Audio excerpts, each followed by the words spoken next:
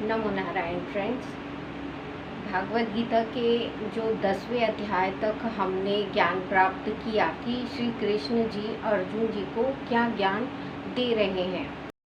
10वें अध्याय में अपने ऐश्वर्य का ज्ञान दिया, यानी जो उनका विख्यात है सभी लोगों में, उनका जितना भी ऐश्वर्य है, धन संपदा है, इसके बारे में श्री अर्जुन जी को बताया। अब 11वें अध्याय में श्री अर्जुन जी क्या प्रश्न करते हैं कि हे कृष्ण, तुम मेरे मित्र भी हो और मेरे गुरु भी हो। अब तुम्हारे अनुसार मैं ये मानता हूँ कि तुम्हारा सभी लोगों में यश चलता है, तुम्हारी सत्ता चलती है, पर क्या तुम मुझे अपने उस रूप को दिखा सकते हो, अर्थात जो तुम्हारा सभी लोगों में रूप विख्यात है, यानी सभी जो लोग समझते हैं कि तुम विराट स्वरूप हो, तो अपने उस विराट स्वरूप को कृपया करके मुझे दिखाइए। हे पुरुषों में श्रेष्ठ, यदि आप ऐसा मानते हैं, यदि आपको ऐसा लगता है कि आप सबसे श्रेष्ठ हैं, आपका विराट स्वरूप है, तो मैं कैसे इस बात को मान लूं, क्योंकि मैंने तो आपका ये स्वरूप देखा ही नहीं है। पर ऐसा पूछ रहे हैं श्री अर्जुन जी। तब कृष्ण जी को लगता है कि अब अर्जुन के सामने ये सब बातें करना, यानी अपने विराट स्वरूप को दिखाना, अब अर्जुन जी जो है वो एक सामान्य पुरुष है, उनकी इतनी दृष्टि जो है वो साधारण मनुष्य की है। तो वही कहते हैं कि हे अर्जुन, यदि तुम्हें ऐसा लगता है, अर्थात तुम्हारी शंका ये है कि मेरा विराट स्वरूप क्या है, मुझे जानना चाहिए, तो सुनो, मैं तुम्हें एक दिव्य दृष्टि प्रदान करता हूँ, एक दिव्य शक्ति प्रदान करता हूँ, जिसके द्वारा तुम क्या करोगे, तुम्हारी जो शक्ति है, तुम्हारा जो पावर है, वो इतना बढ़ जाएगा कि जब मैं अपना विराट स्वरूप दिखाऊंगा तो तुम उस स्वरूप को देख सकोगे। ऐसा कहकर श्री कृष्ण जी ने अर्जुन जी को एक दिव्य शक्ति प्रदान की। उस दिव्य शक्ति से उनके जो नेत्र थे वो दिव्य हो गए थे, यानी अब जो उनके नेत्र यानी सहन कर सकते थे जितना भी पावर उनको दिया जाता उन नेत्रों को। तो ऐसा कहकर उन्होंने अपना विराट स्वरूप धारण कि श्री कृष्ण जी ने जब उन्होंने अपना विराट स्वरूप धारण किया तो उस स्वरूप को देखकर श्री अर्जुन विचलित हो गए कि इतने यानी विराट हैं, मैं जिनको अभी तक मित्र मानता था, अपना गुरु मानता था, वो तो सभी लोगों के स्वामी हैं।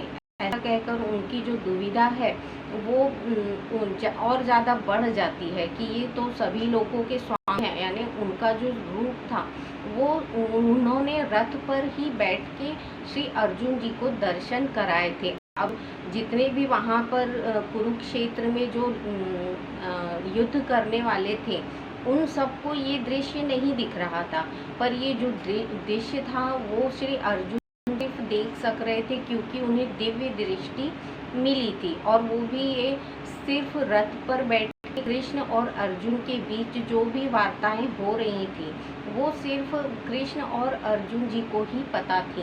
ये सारी बातों के बारे में जो वहाँ के कुरुक्षेत्र के जितने भी योद्धा थे उन्हें भी नहीं पता चल रही थी।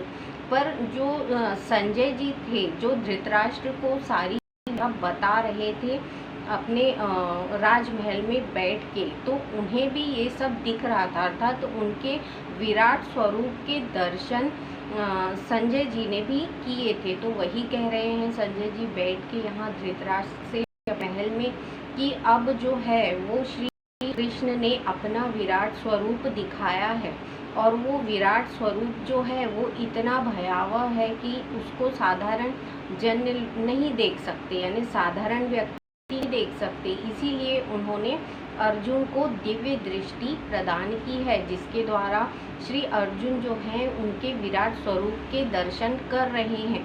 और श्री अर्जुन इतने विचलित हैं कि उन्हें नहीं हो रहा है कि जिन्हें वो अपना मित्र मानते हैं, अपना सखा मानते हैं, उनका स्वरूप इतना विराट हो सकता है। ऐसा कहते हुए संजय जी बता रहे हैं धृतराष्ट्र को कि असंख्य जो हैं वो मुख हैं उनके शरीर पर, असंख्य बाहुबल हैं, यानी असंख्य भुजाएं हैं, असंख्य पैर हैं, असंख्य प्रकार की जो है उनके शरीर से एक ज्वाला निकल रही है, यानी एक तप निकल रही है जिसे साधारण व्यक्ति सहन नहीं कर सकता। इसीलिए श्री अर्जुन जी को दिव्य दृष्टि दी गई है। असंख्य दृष्टि से वो अपने जो विराट स्वरूप का है वो दर्शन करा रहे हैं। श्री कृष्ण ने जब अपना विराट स्वरूप दिखाया तब उनके जो को देखकर श्री अर्जुन जी इतने विचलित हो गए थे। उन्होंने देखा कि जो कृष्ण जी हैं वो असंख्य प्रकार के जो ब्रह्मांड है, यानी एक ही ब्रह्मांड नहीं असंख्य ब्रह्मांडों में व्याप्त है श्री कृष्ण जी। उनका जो राजपाट है या उनकी जितनी भी सत्ता है वो असंख्य ब्रह्मांड की है। हमारी तो सिर्फ ये एक जो पृथ्वी है, धरा बनी है, उस पर हम अपनी सत्ता समझते हैं, पर ऐसे ही कितने ब्रह्मांडों के वो देवता हैं। ऐसे ही कितनी खदानें हैं, सोने की खदानें हैं, हीरे की खदानें हैं उनकी। ऐसे अनेक प्रकार के बहुमूल्य कीमती वस्तुओं की असंख्य खदानें उन्हें दिखाई दी जब वो उनका दर्शन कर रहे हैं विराट स्वरूप में। अनेक प्रकार की खदानें हैं, वहाँ से निकलता हुआ तप है, यानी जल के अलग हैं भंडार, और नाना प्रकार के सोने की खदानें हैं, हीरे जवाहरात मोती, अलग अलग प्रकार के अलग अलग ब्रह्मांड हैं। कुछ बहुत ही विशालकाय हैं, कुछ छोटे हैं, कुछ बड़े हैं। इस प्रकार से अनेक प्रकार के असंख्य जो ब्रह्मांड देखे वो सब क्या है, श्री कृष्ण में ही समाहित हैं। इतना विराट स्वरूप उनका देख रहे हैं अर्जुन जी। तो वो उनका जो मानना है कि ये तो साधारण मनुष्य के रूप में मैं इन्हें मानता हूँ, तो ये भ्रम टूटता है और वो एकदम नम्र हो जाते हैं कि अभी तक मैं जिन्हें अभी अपमानित कर रहा था वो तो इतने विराट स्वरूप हैं कि सारे ब्रह्मांड में उन्हीं की सत्ता चलती है, उनके बिना तो किसी का पालन हो ही नहीं सकता। अब उनको जो है थोड़ा संकोच लगने लगता है कि मैंने अभी तक जो कृष्ण के साथ बातें की वो तो मैं उनको अपमानित कर रहा था, हर प्रकार की जिद कर रहा था। पर यहाँ ऐसा बताया जाता है कि श्री अर्जुन जी को ये सब कुछ पता था। ये सारी चीज़ें जो थी, उनका विराट स्वरूप है, इतने ब्रह्मांड के देवता हैं, हर ब्रह्मांड के स्वामी श्री कृष्ण हैं, ये सारी चीज़ें जो हैं श्री अर्जुन जी को पता थी। पर उन्होंने क्या किया, उन्होंने जानबूझकर इस प्रश्न को उठाया और विराट स्वरूप दिखाने के लिए कहा। क्योंकि जो जन कल्याण है, जो सामान्य जन है, मनुष्य है, जिनकी उत्पत्ति हुई है, जिनके द्वारा ये सृष्टि चलायमान है, उनको उस यानी श्री अर्जुन के उन सारी जो मनुष्य जाति है उनको भी श्री कृष्ण के विराट स्वरूप के दर्शन हो सके। इसलिए उन्होंने जिद की। इस बात को श्री कृष्ण जानते थे कि श्री अर्जुन जी मेरे विराट स्वरूप को जानते हैं, फिर भी वो जन कल्याण के लिए मुझे इस प्रकार का कार्य करने कह रहे हैं। ये सारी बातें संजय जी भी धृतराष्ट्र को बता रहे हैं, जो महल में बैठे हैं दिव्य दृष्टि। उन्होंने जन कल्याण को भी अपने विराट स्वरूप के दर्शन कराए। कैसे, संजय जी के जो काल्पनिक चित्र बनाया गया है विराट स्वरूप का श्री कृष्ण के, उसके द्वारा जो जन है उनको यानी उनके विराट स्वरूप के दर्शन हो जाते हैं। तो यही बताया है कि श्री अर्जुन जी जो हैं वो अब यहाँ थोड़े नम्र हो गए हैं।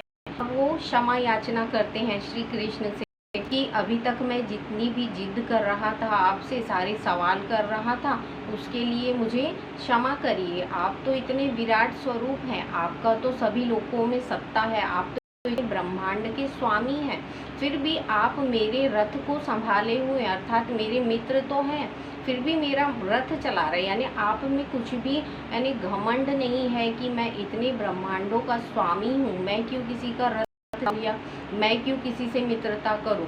पर उनका निवेदन था श्री अर्जुन जी का, वो इसलिए था कि यदि मैं ऐसा सब नहीं पूछूंगा तो सामान्य जन का कल्याण नहीं हो सकेगा।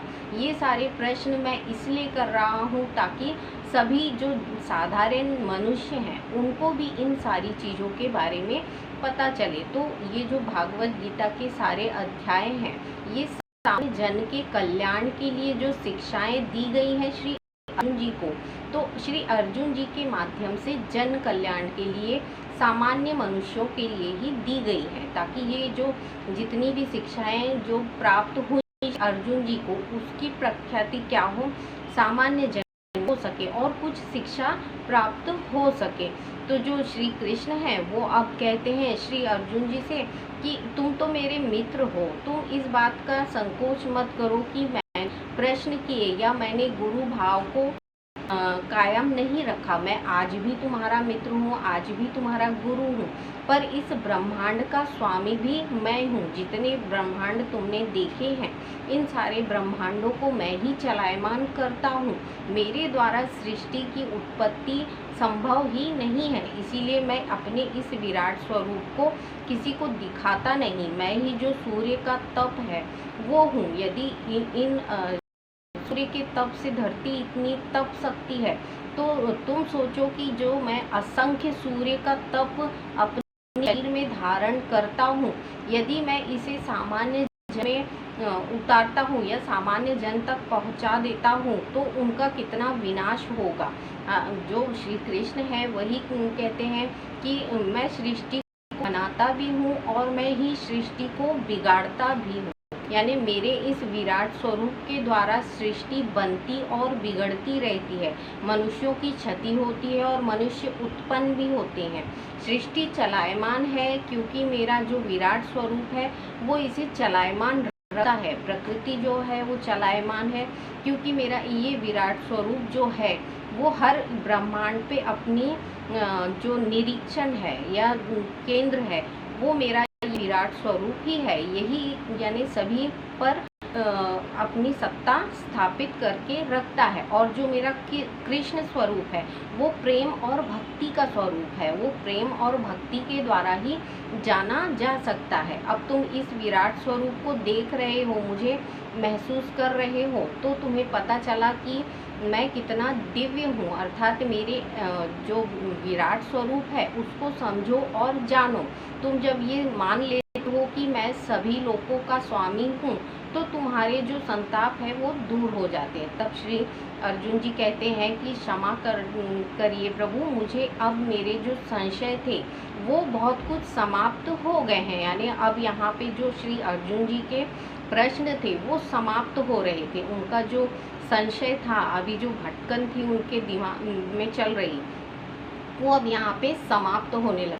कहा है श्री कृष्ण जी ने कि तुम मुझे अब समझ गए हो, तो अपने संशय को छोड़ो और युद्ध में आगे बढ़ो। तुम आगे बढ़ोगे युद्ध में तो ये सोच के बढ़ो कि जो भी कर रहा है वो तुम्हारा मित्र श्री कृष्ण कर रहे हैं, तुम्हारे द्वारा कुछ भी नहीं हो रहा है। ऐसा सोच कर तुम अपने युद्ध को प्राप्त करो, यानी युद्ध पर विजय प्राप्त करो। तो इस प्रकार समझाने से फिर श्री कृष्ण जो हैं उन्होंने पूरी शिक्षा दी है 10वें 11वें अध्याय तक। जब उन्होंने अपना पूरा विराट स्वरूप दिखाया, तब श्री अर्जुन जी के बहुत सारे प्रश्नों के हल जो हैं वो उन्हें मिले और फिर वो युद्ध के लिए तैयार हुए। तो यही कहा गया है कि श्री कृष्ण का विराट स्वरूप है वो हमें जो श्री अर्जुन से पहले संजय जी को यानी पता चलता है, उसके बाद जो है वो साधारण मनुष्य को पता चलता है। यानी दोनों को दिव्य दृष्टि मिली है। उसके बाद जब साधारण मनुष्य में श्री कृष्ण के विराट स्वरूप के दर्शन होते हैं, वो कल्पना मात्र है, यानी सिर्फ काल्पनिक रूप से बनाया हुआ चित्र है। तो यही बताया है 11वें अध्याय में कि विराट स्वरूप क्या है, इसके द्वारा हमें क्या शिक्षा मिलती है कि कृष्ण को साधारण नहीं मानना चाहिए, क्योंकि सारी सृष्टियों के स्वामी वही हैं, वही पालते हैं अपनी प्रजा को और वही चलायमान रखते हैं अपनी प्रकृति को। तो यही था 11वें अध्याय का जो अपना ज्ञान है कि हम जो श्री कृष्ण को यदि अपने पारिवारिक रूप में पाना चाहते हैं तो उनकी भक्ति भाव में कृष्ण रूप में उन्हें पाना चाहिए।